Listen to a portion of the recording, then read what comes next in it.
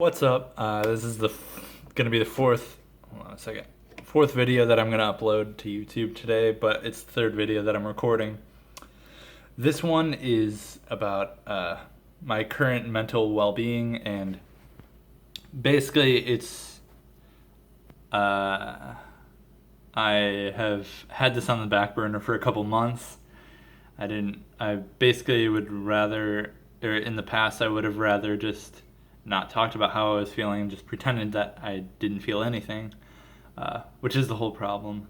But yeah, and I really like to share my feelings with others, as anybody does, really naturally, if they're not hurt by other people. So on the internet, in person, all of that. So I'll start by saying a quote that is not my quote, but it's a good quote. Maybe you feel you are too broken to be fixed, that the dull ache in your heart is here to stay, that your mind is a mess and irreparably damaged. But take to heart that your body is strong. Your body knows how to heal. And also, I'd like to say that it's important not to ignore your struggles, but to explore the depths of your despair. As I think that's from an Adele song, yeah. And yeah, I guess I don't really remember this because I typed this like 2 months ago, but I guess I had a dream 2 months, somewhere around two, maybe three, probably 3 months ago even, about being imprisoned unjustly and trying to escape. And it actually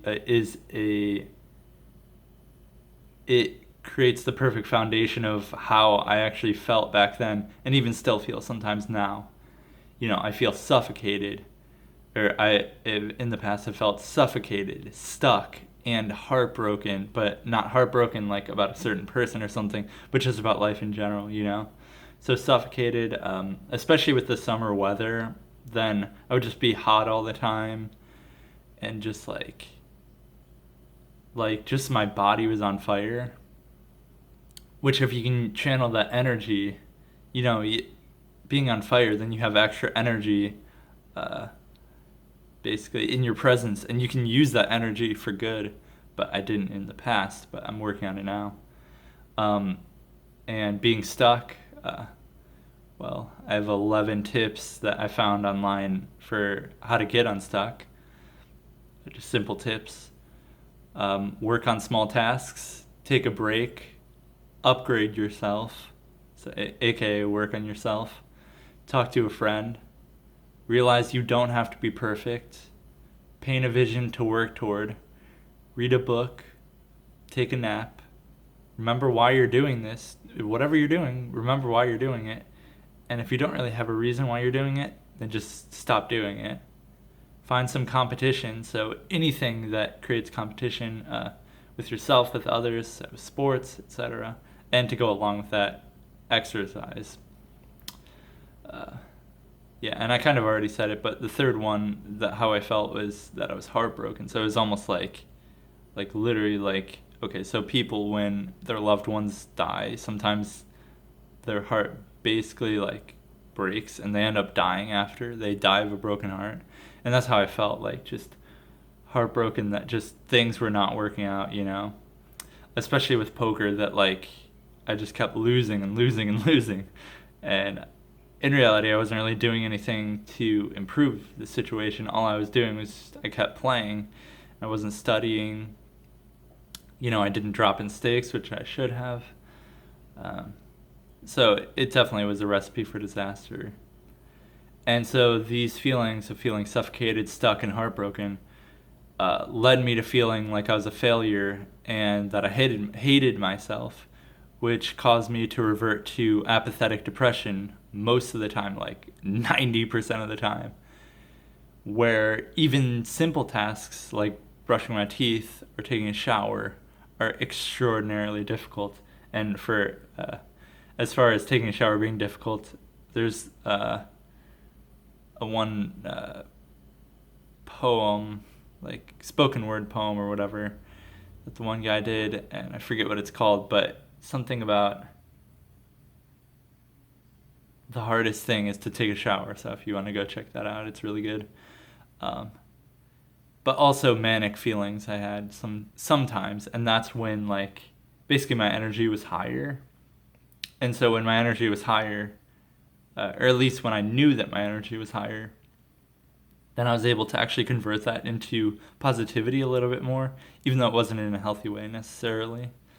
Um, and so it would just basically be just apathetic depression most of the time, and then sometimes it would just randomly switch to manic feelings, and it would switch back and forth sometimes, And these rapid changes in mood are highly characteristic of bipolar. Now, I'm not saying that I have bipolar necessarily, I don't know.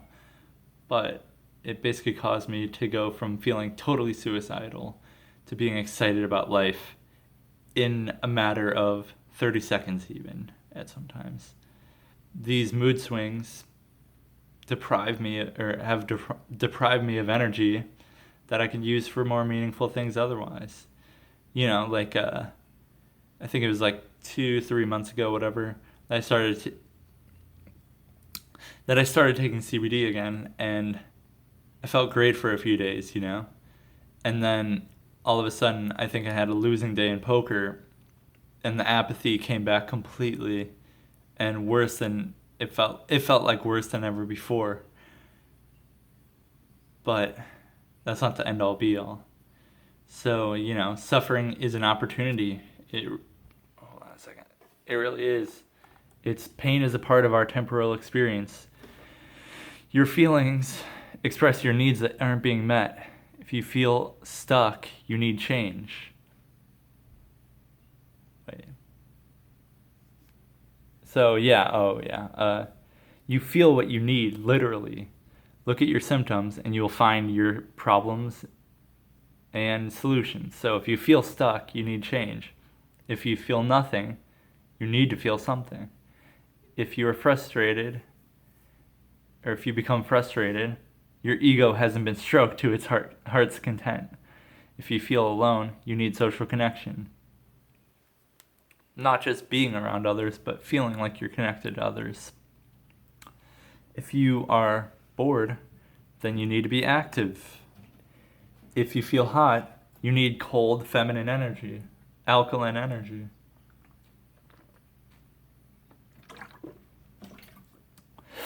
If you feel angry, your masculine needs aren't being met. If you feel like a failure, you need to succeed and achieve and complete and compete and decide and act. Being active. If you feel evil, you need to be shown that you are good and worthy. If you are constantly up and down, you need stability. So stability means having not a lot of variation in influx and outflux that basically which allows a centered, good mood to proliferate over a long period of time. So challenge yourself to recognize your unique symptoms, pinpoint your problem, and work hard on your solution instead of just complaining about it or just doing nothing. And so the reason for failure in performance with anything from an energy perspective is that you are more scared than excited about executing your strategy. You come from desperation, not inspiration. When you come from desperation, basically, you don't want to do things, or you don't do things because you want to do them or you enjoy them. You do them because you feel that you have to. Whereas inspiration, literally you wake up, you jump out of bed or whatever. Well, I don't have a bed, I just sleep on the ground because I think it's better. You jump up out of wherever you slept at, and you're excited about life. You're excited about whatever things that you're inspired about. And that's the difference between motivation and inspiration. Motivation is like you watch a motivational video and now you think, wow, I'm going to do all these great things. But in reality, it's just motivational videos, like they're good, but at the same time, if you're not following it up with actions, then all you're doing is pumping your ego short term in the short term, because when you watch a motivational video, then your body takes in that motivational video, like the energy of it physically, and so you feel that you are that person who is doing that motivational video. So you think that you're motivational, but in reality you didn't do anything. You just watched a video. So you actually have to follow that up with actions to improve yourself in whatever you want to improve with. And anxiety, depression, etc., they're not bad. You just need to find out how to use that energy for good. So especially with anxiety, that's literally excess energy being put into something that is not helping you. So use that energy for positive. If you're feeling anxious, say, I'm feeling anxious. Say that out loud, and then say, and now I'm going to use that energy for something better. A big goal for this school year, and I set this goal like right before the school year started, like a month ago, is to work hard on my mental well-being, self-esteem, self-image, and self-happiness. I would like to grow, and I already have grown a lot in this month and over my life, of course. But especially in the past month, I think I've grown a lot. And so one last thing to say about this part, there are actually two parts. So this is the first part, and then there's the second part. So even though you are hurt, you are still you. And when you are ready to search for all of this beauty, it will be there waiting for you. So actually, I'll say it again. Wait, hold on a second. I'm going to get a drink of water.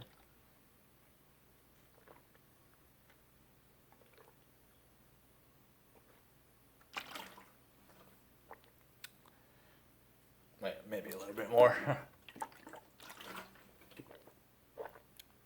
Oh, jeez. I don't know what that was, but okay. Even though you are hurt, you are still you. And when you are ready to search for all of this beauty, it will be there waiting for you. Okay, so that's the end of the first part. Let's go to the second part. And basically, what I'm committed to doing now to improve my self-esteem. Okay, well, this is just one part of that. There are other parts that I'll probably delve into in the near future. But who do I want to be?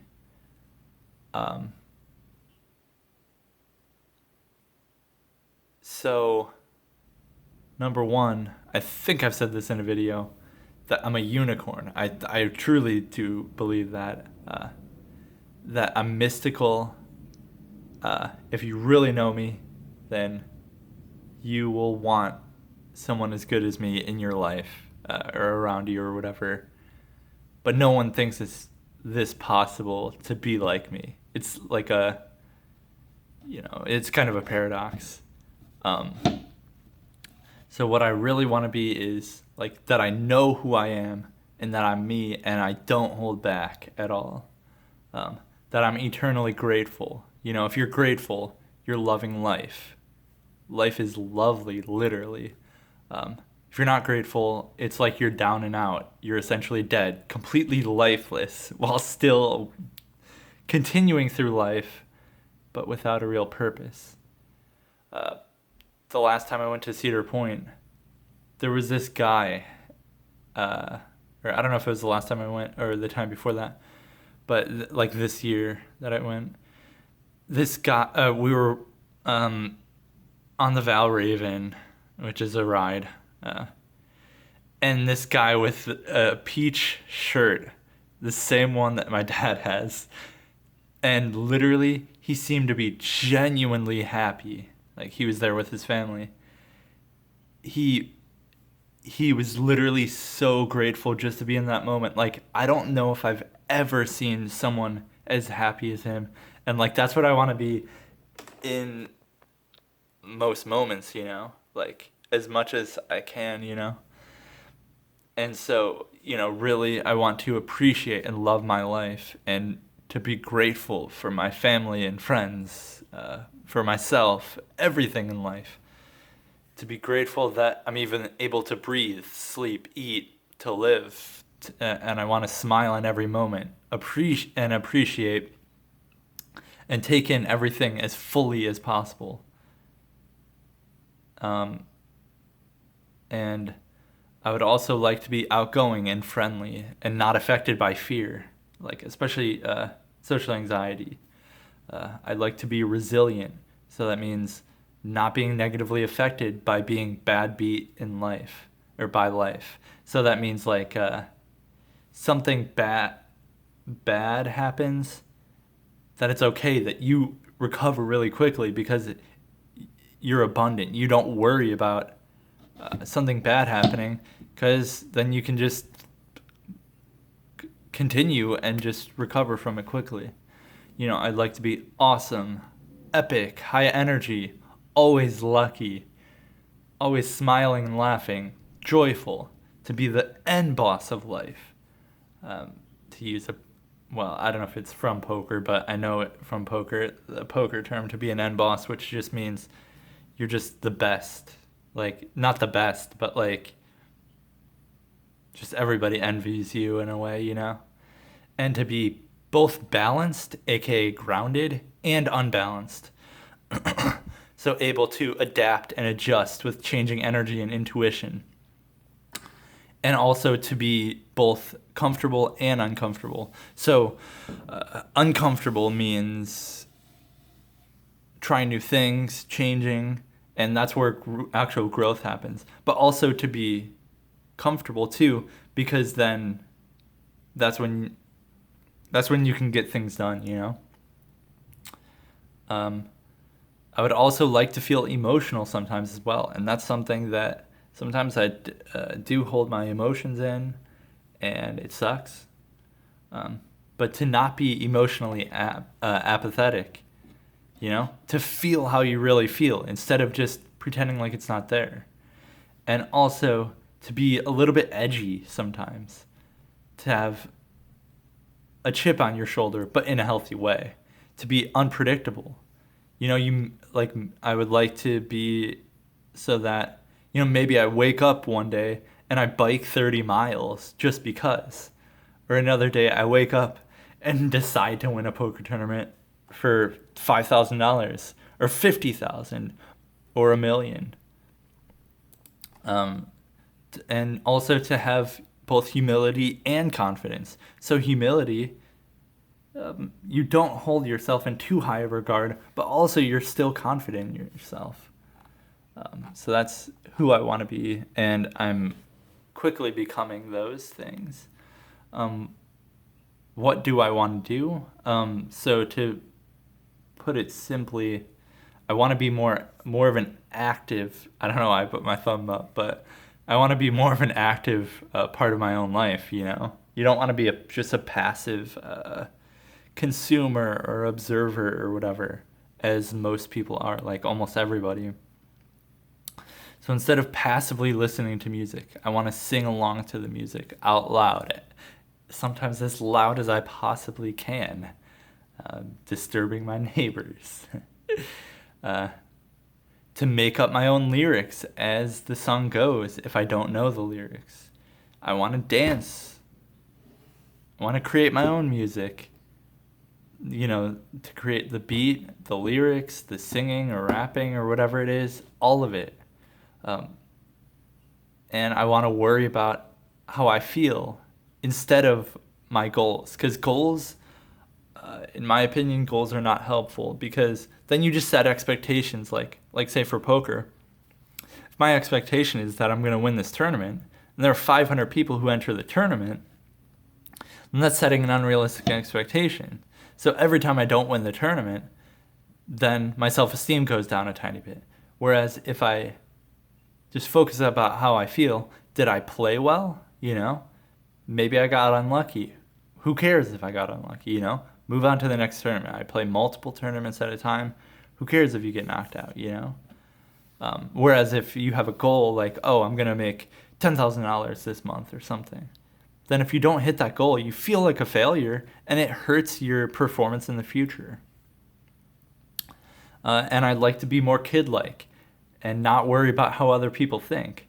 So this past summer, my family and I went to Otherworld in Columbus, which is a an interactive art, not museum, like interactive art place. It's like a huge like warehouse. I think it used to be some store or something. And they have a bunch of art stuff, and you can just explore and just embrace your inner child, which is amazing. And another thing about being childlike is that the best part of my brother Noah's graduation this past year, or not this past year, but this year, it was in May or whatever. I think it was in May or June, I don't remember, but was actually swinging on the swings and playing tag with Ryan Landers, my sister Gabby, and Noah. It was awesome. It's kind of a weird thing because people don't express their inner child very much. But when we did that, at least for me, it was so much fun. And, well, I know that they said that too. And I would like to go back on swing on the swings again. Maybe like the next time that I go home to swing on the swings. And another thing, being active. Okay, when I went to California with my family, we went to Ecotopia, which is basically like a nature place, and you can just go there and just experience nature. You know, being part of nature, not shying away from uncomfortableness was an important part of that. For example, there were hot black water springs, so the water was literally black and hot, and it was like a hot tub, but even warmer than a hot tub probably. So like if you are not attuned with nature, and really not attuned with yourself, that's where it starts. Then when you put your water, or you put your foot or your hand or whatever in the water, then it feels so hot that you just pull it out really quickly. But in reality, that's because you're tense to start with. And so when you're tense and you put your foot in, then your body reacts to it. Whereas if you are calm and you put your foot in, then it feels really nice. It doesn't feel too hot, you know? And so instead of avoiding uncomfortableness like I'd normally do, or like I've done in the past a lot, because I think it's too hot, I embraced it. And it was so rewarding because it felt so good. There was actual quiet there. I was able to quiet my mind as well because it was quiet around me. And also, well, one funny thing, people were allowed to go naked there, you know, being in nature, embrace your inner nature, whatever. So there were just naked guys, just like letting it all hang out. It was pretty funny. And another thing, there were little bugs connected to the rocks. There were like rocks, you know, on the water. There was the water. There was like a stream there or whatever, and that you had to try not to step on. So it's kind of like, you know, making sure that you don't step on other people's toes, so to speak, you know.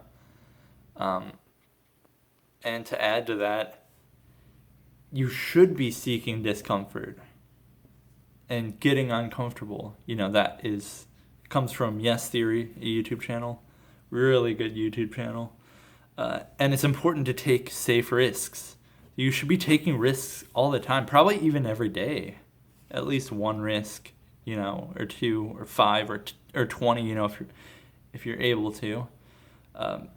And so oscillating like a wave, a sine or a cosine wave, between comfort, aka getting into a rhythm, and discomfort, which is, you know, change and chaos. So a question for anyone watching: what fills your natural void?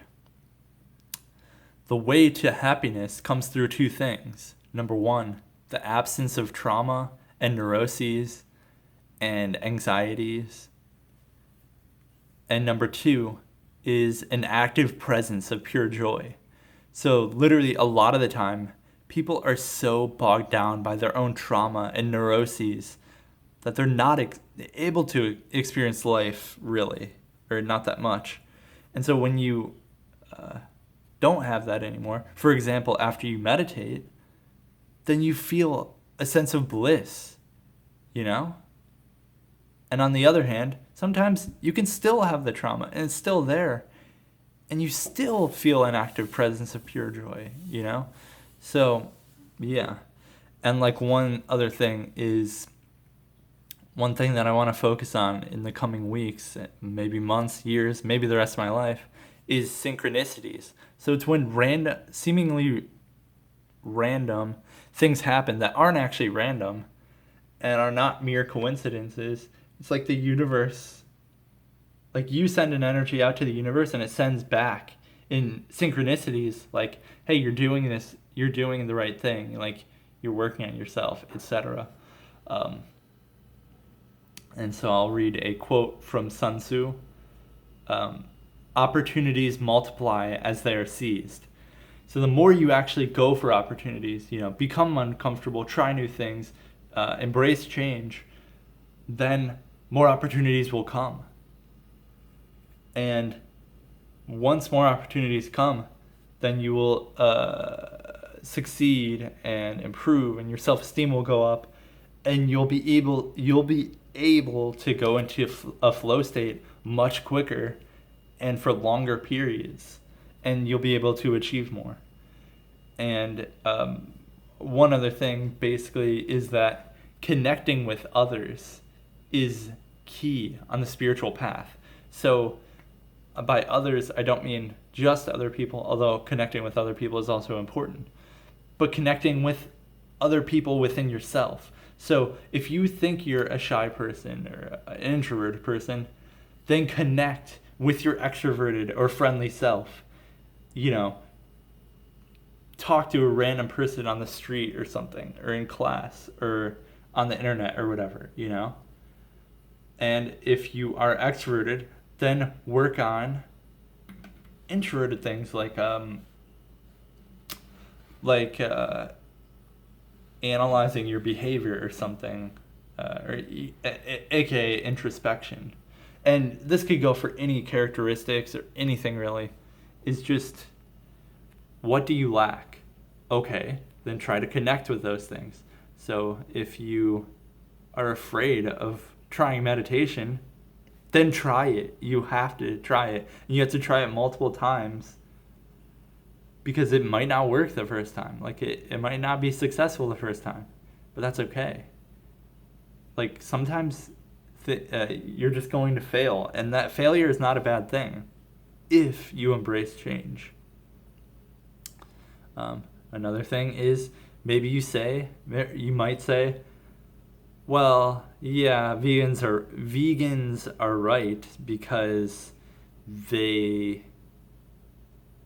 it's horrible what is happening to the animals, but I could never do it. Or, I know I'm contributing to destroying the environment, but I can never be vegan. Well, challenge yourself to do it. Or, whatever it is, then challenge yourself. You have to challenge yourself, and that's what I'm doing now, trying to challenge myself as much as possible in every part of life that I can even grasp. So hopefully this is actually recording the whole time. It says almost 29 minutes, so that's cool. So thanks for watching, the 0 people that are watching, but, thanks.